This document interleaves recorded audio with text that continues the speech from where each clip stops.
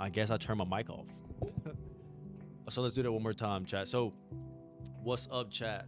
Today is day 217 in a row of our 1 year Bible read. Um, Today we're reading from August the 5th because we're 2 days early in our 1 year Bible read. Um, and today's verses are going to come from Ezra 1 1 through 2, going through verse 70. Then 1 Corinthians 1 18 through 2. Then Psalms 27 7 through 14. Ooh. And in Proverbs 20 22 to 23. 1 second, chat.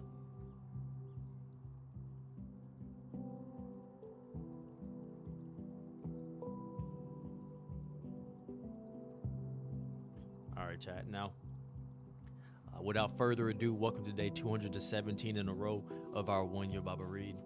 Um, we're in some new verses tonight, so I hope you enjoy. And let's go ahead and get started with Ezra 1 1 through 2, going to verse 70.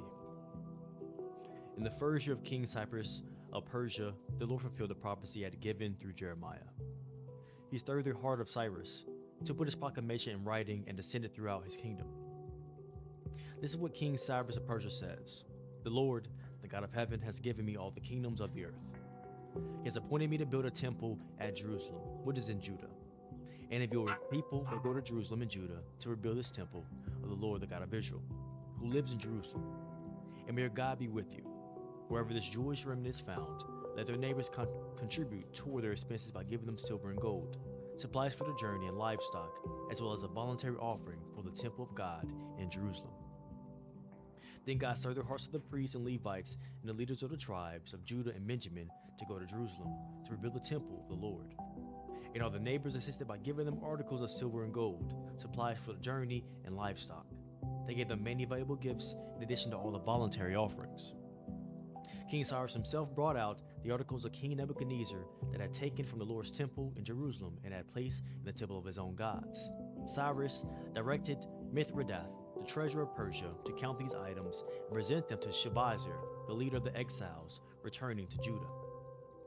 This is a list of the items that were returned: gold basins, 30, silver basins, 1,000, silver incense burners, 29, gold bowls, 30, silver bowls, 410, and other items, 1,000.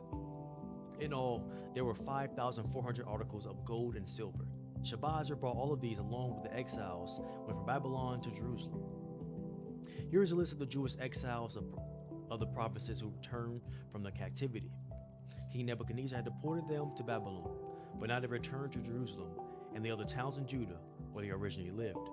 Their leaders were Zerubbabel, Jeshua, Nehemiah, Sariah, Reliah, Mordecai, Bilshan, Mispar, Bigvah, Rehum, and Banah. This is the number of exile. This is the number of men of Israel who returned from exile. The family of Perush, 2,172. The family of Shattiah, 372. The family of Arah, 775.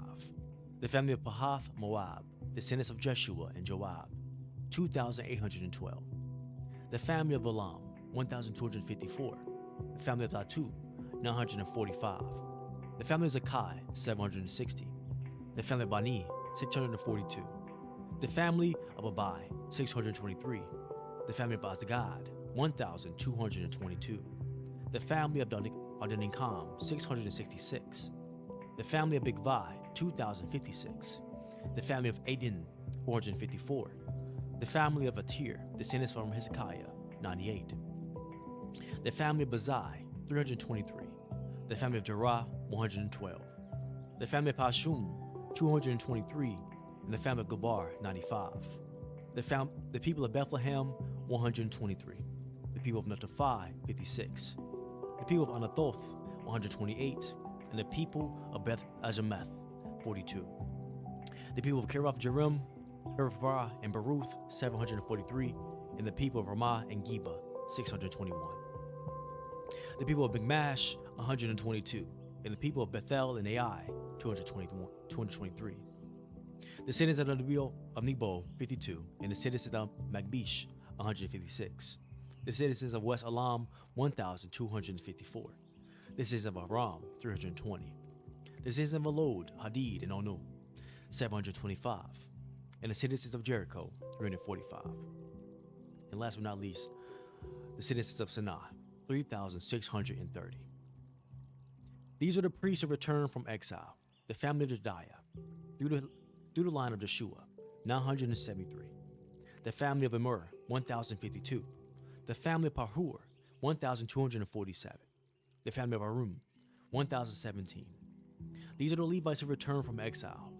The families of Jeshua and Kadmiel, descendants of Hadaviah, 74. The singers of the family of Asaph, 128. The gatekeepers of the families of Shalom, Atir, Talmon, Akub, Hatita, and Shobai, 139. The descendants of the following temple servants returned from exile: Ziha, Hasufa, Taboth, Kiros, Shiha, Padun, Labana, Agabah, Akub, Hagbag, Shammai, Hanan, Gedal, Gahad, Real, Rezin, Nakoda, Gazam, Uza, Pesher, Basai, Ashna, Menun, Nefusim, Baku, I'm tearing these to pieces, hopefully not, Hakupa, Hafor, Bazluth, Mehida, Harsha, Barkos, Sisera, Tamah, Neziah, and Hatifa. These descendants of the servants of King Solomon returned from exile: Sotai, Hasaphareth, and Peruda, Jalai, Darkun, Gedal, Shephatiah, Hatil, Pokereth, Hezebam, and Ami. In all, the temple servants and the descendants of Solomon's servants numbered 392. Another group returned at this time from the towns of Tel Malah, Tel Harsha, Kerub, Adan, and Immer. However, they could not prove that they or their families were descendants of Israel. This group included the families of Deliah, Tobiah, and Nekoda, a total of 652 people. 3 families of priests, Hobiah, Hakuz, and Barzillai, also returned. This Barzillai had married a woman who was a descendant of Barzillai of Gilead, and he had taken her family name. They searched for their names in the genealogical records, but they were not found. So they were disqualified from serving as priests. The governor told them not to eat the priest's share of food from the sacrifice until the priest could consult the Lord about the matter by using Urim and Thummim, the sacred lots. So a total of 42,360 people returned to Judah, in addition to 7,337 servants and 200 singers, both men and women. They took with them 736 horses, 242 mules, 435 camels, and 6,720 donkeys. When they arrived at the temple of the Lord in Jerusalem, some of the family leaders made up voluntary offerings toward the rebuilding of God's temple on its original site, and each leader gave as much as he could. The total of their gifts came to 61,000 gold coins, 6,250 pounds of silver, and 100 robes for the priest. So the priests, the Levites, the singers, the gatekeepers, the temple servants, and some of the common people settled in villages near Jerusalem. The rest of the people returned to their own towns throughout Israel. And now chat 1 Corinthians 1:18 through 2, go to verse 5. The message of the cross is foolish to those who are headed for destruction. But we who are being saved now know its power of God. As the scriptures say, I will destroy the wisdom of the wise and describe the intelligence of the intelligent. So what does this leave the philosophers, the scholars, and the world's brilliant debaters? God has made the wisdom of this world look foolish, since God is his wisdom, and his wisdom saw to it that the world would never know him through human wisdom. He has used our foolish preaching to save those who believe. It is foolish to the Jews who ask for signs from heaven, and it is foolish to the Greeks who seek human wisdom. So when we preach that Christ was crucified, the Jews are offended and the Gentiles say it's all nonsense. But to those called by God to salvation, both Jews and Gentiles, Christ is the power of God and the wisdom of God.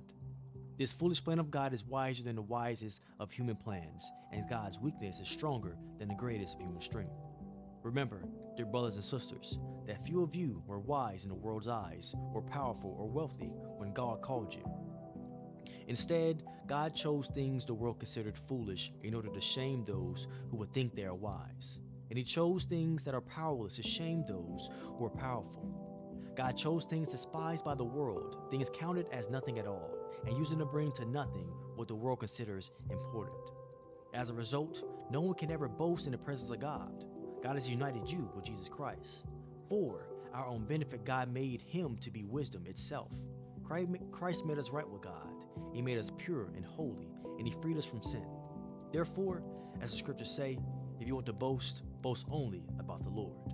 When I first came to you, dear brothers and sisters, I didn't use lofty words and impressive wisdom to tell you God's secret plan. For I decided that while I was with you, I would forget everything except Jesus Christ, the one who was crucified. I came to you in weakness, timid and trembling, and my message and my preaching were very plain. Rather than using clever and persuasive speeches, I relied only on the power of the Holy Spirit. I did this so you would trust not in human wisdom, but in the power of God. And now Psalms 27:7-14. Hear me as I pray, O Lord. Be merciful and answer me. My heart has heard you say, come and talk with me. And my heart responds, Lord, I am coming. Do not turn your back on me. Do not reject your servant in anger. You have always been my helper. Don't leave me now and don't abandon me, O God of my salvation.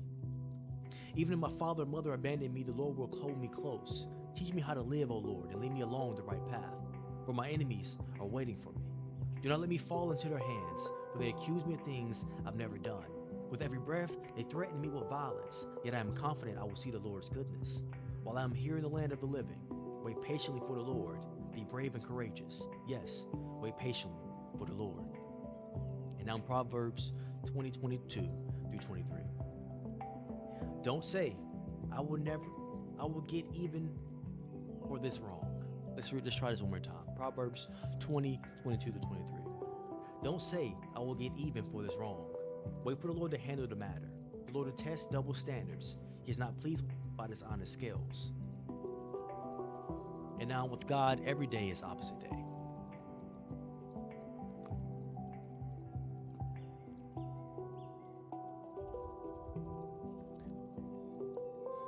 Now let's see, with God, every day is opposite day. Just when we think we know so much, God uses what we consider foolish to demonstrate how needy we are. When we think we're in control, God uses something simple like a baby or an illness to remind us about little power we actually have.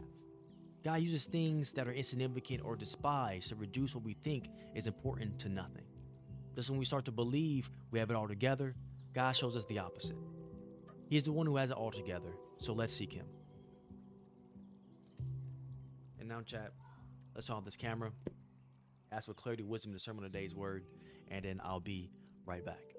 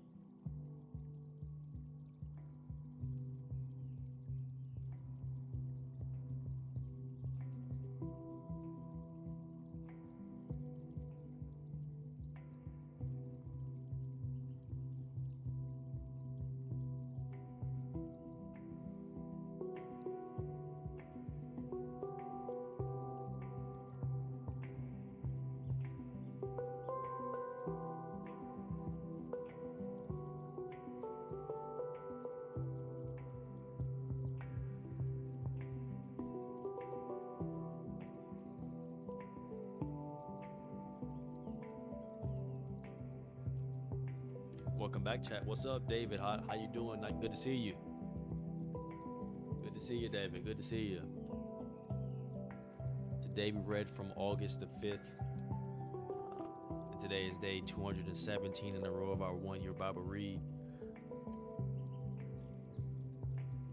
And today's word came from some new chapters, some new verses tonight, coming from Ezra 1:1-2, going through verse 70. then 1 Corinthians 1:18 through 2, then Psalms 27:7 through 14, and then Proverbs 20:22 through 23. So let's talk about our new verse tonight, Ezra 1:1 through 2, chat. Um, this is a declaration of the power of God, right? And the grace of God here, right? So here we we were going over the fact that um, Israel, uh, Jerusalem, and Judah were taken over by King Nebuchadnezzar, and most of the people, if not all, were taken hostage, um, turned slave, and forced to join that kingdom, right? Because of they had turned their back on God, right? Um, as a whole, um, as a collective, they had all turned their back on God pretty much. Um, but they ended up humbling themselves, right? And that's all God asks us to do, right? You know, to humble ourselves sometimes. We get big headed, right? And they got big headed, um, and it cost them everything. But God is such a good God that He gave it all back. It wasn't even something that may have even lasted incredibly long. Um, and He gave it all back, right? He put a new king in place, King Cyrus of Persia, not even one in Jerusalem or Judah, but of Persia. And He used that king to free the people and send them back home once they humbled themselves, right? Um, and it's just a declaration of one, God's grace, um, how great God is, right?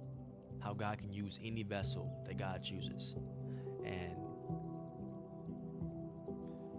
it's a reminder to, hey, don't forget where your help comes from. I know we want to get big headed sometimes, but don't forget where your help comes from, right?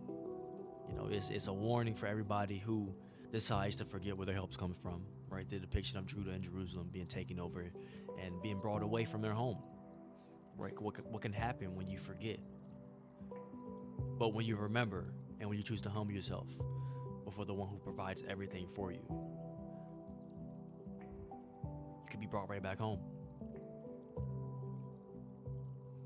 And now let's hop into 1 Corinthians 1:18 through 2.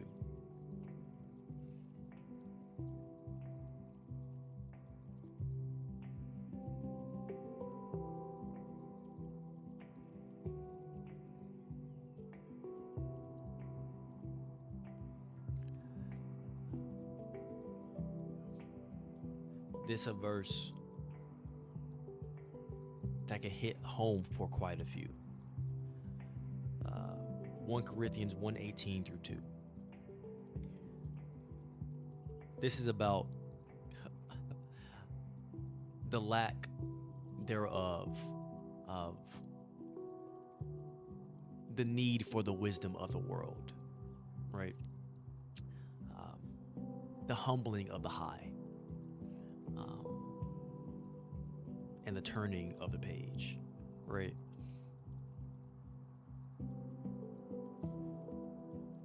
It really goes to show that no matter how much you never know, right? And always, if you're looking for some help, if you're looking for some wisdom, the ways of the world only going to take you so far. If you're really looking for the wisdom, then go to God for it. And we talk about this a lot, chat.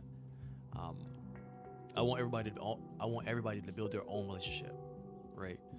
I like this space here. I like being able to meet all y'all, but I don't want, and nor do I desire, from all the way from when I was a kid, when I used to think about stuff like this, I don't want people to over rely on me, because I ain't nothing. I'm something, but I ain't nothing, and I make mistakes. Um, so I always tell everybody to go get your own relationship with God. Never rely on anybody else to have a relationship with God for you, right? You must go build your own relationship. You must go start your own conversation. You must go ask your own questions, right? Because I can't answer those for you, and nobody else can either. And relying on the wisdom of the world is only going to take you so far. And that's what this verse is reminding us of today. So 1 Corinthians 1:18 through 2. And now, Proverbs 20:22 through 23. Don't say, I will get even for this wrong.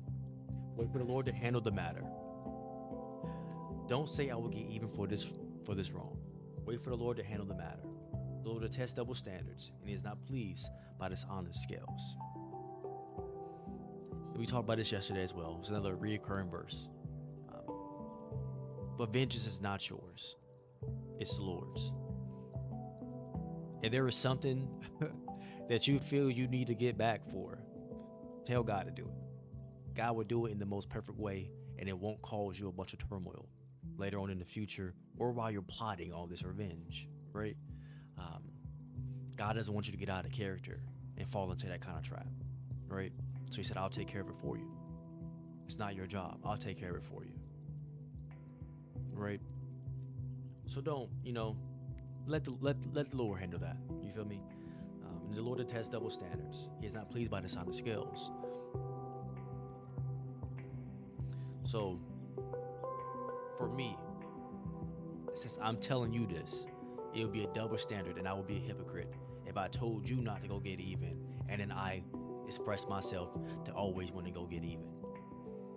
So, me, myself, I must also take this in order for me to be who I expect to be and comfortable with myself. Then I must also not seek revenge, right, as well. And I must also go to God and tell God, hey, I'm not having the greatest time with somebody. Can you bring us to an understanding?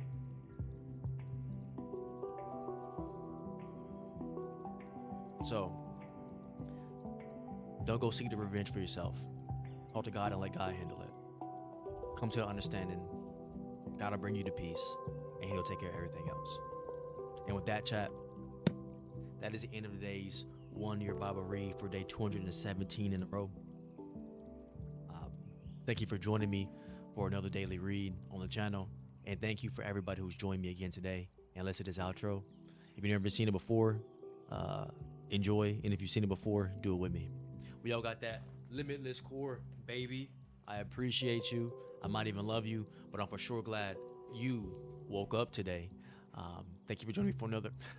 Thank you for joining me for another 1 Year Bible Read on the channel.